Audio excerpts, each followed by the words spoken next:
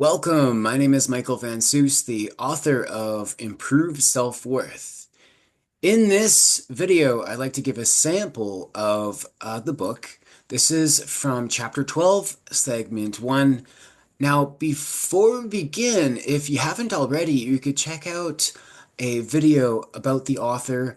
This will give you a great insight about who I am and also why I wrote the book. You'll see my full story and the whole background, and I'm sure you'll get way more insight, and the book will definitely stand out a lot more as well. And so you could check that out at the bottom of improveselfworth.com. And as you scroll all the way to the bottom of the page, it'll be just underneath about the author. Now let's get into this first sample, 12.1, called Objective versus Subjective Learning.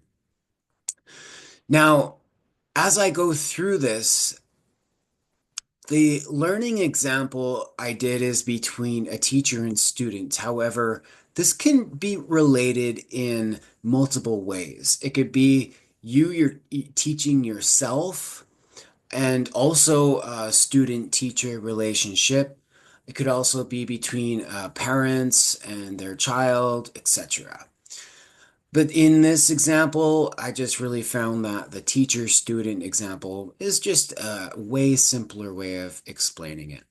So let's begin. This next segment represents one of the most profound breakthroughs that has transformed my life. I encourage you to take time with this, especially with the next two paragraphs.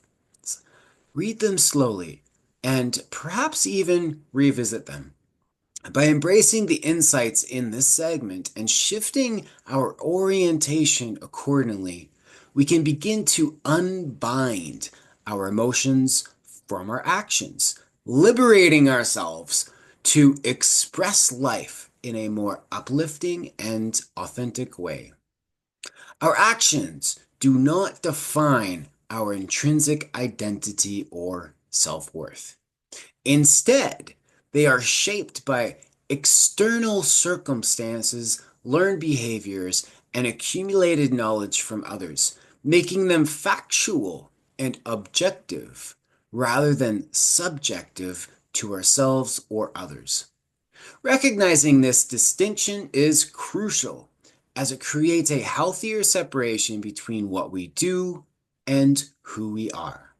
This perspective is essential for personal growth, freeing us from equating our self-worth with our actions and opening the door to empowered and constructive approach to thriving in life.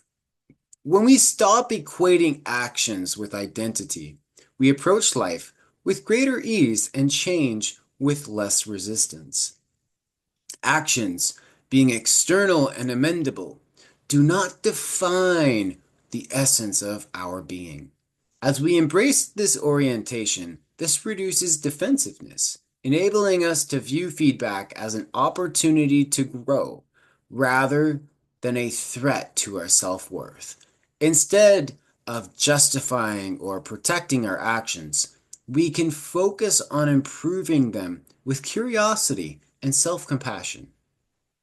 This shifts our mindset to resilience and adaptability, ensuring we channel energy toward progress rather than being hindered by self-doubt, judgment, or other limitations. Curiosity becomes a powerful tool for transformation, shifting focus from judgment to understanding. When we ask questions like, why did this happen? Or how can I do better next time? We open ourselves to experimentation and growth. For instance, if a student performs poorly on a test, they can view the results as a reflection of their preparation rather than their intelligence or worth. By examining what worked and what didn't, they can create a better study plan without internalizing the failure. This approach maintains objectivity and allows for continuous learning and improvement. When it comes to accumulating knowledge or learning, effective communication is a shared responsibility between teacher and student. A good teacher acknowledges diverse learning styles. Some students prefer written instructions, others verbal explanations or visual aids, and adapts their methods accordingly. Likewise, students must communicate their preferred learning styles and ask questions when needed. This collaboration ensures instructions are clear, allowing for a productive learning relationship where actions align with expectations. However, when expectations are not met, judgment can easily arise, transforming an objective action into a subjective interpretation. Curiosity and open dialogue are vital for bridging understanding gaps. When students seek clarification, they can act in alignment with the teacher's intent rather than making assumptions. This keeps actions factual and objective, reducing miscommunication and judgment. Conversely, a lack of curiosity or engagement can hinder learning and lead to frustration, often resulting in harmful judgments from either party that may damage self-worth. Emotional factors such as tone of voice also influence the teacher-student dynamic. A teacher's unintended negative tone, perhaps from their own personal situation, might be misinterpreted by the student as a type of criticism, creating a discomfort or resistance. Since the subconscious gravitates towards comfort and away from discomfort, this can affect how receptive the student is to learning. Both parties must address such issues constructively. A student might say, I appreciate the instructions and I see the value in it, but I feel rather compelled by the tone of voice and am finding some difficulty to focus.